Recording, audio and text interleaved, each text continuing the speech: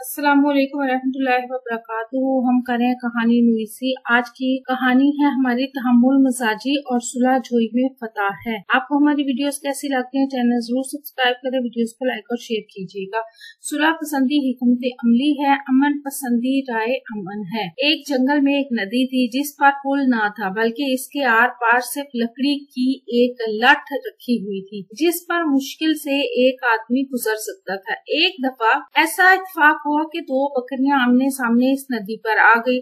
इन्हें नदी अबूर करनी थी।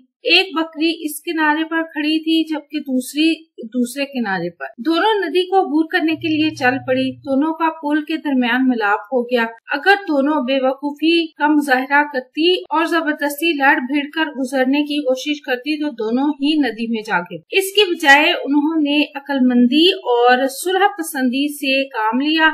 एक बकरी लाठ पर बैठ गई और दूसरी उसके ऊपर से गुजर गई। अब पहली बकरी उठी और आराम से दूसरे किनारे पर पहुंच गई। इस तरह से दोनों बकरियों ने सुलह पसंदी और तहम्मुल मिजाजी से काम लेते हुए अपने लिए सलामती का रास्ता निकाल लिया और मंजिल मकसूद तक पहुंच गई। जबकि पहले मैं की हसूल में अगर वो लग जाती या वो ये कहती कि पहले मैंने जाना और पहले मैंने, तो वो फिर नदी में जा गिरती और दोनों ही का बुरा अंजाम होता।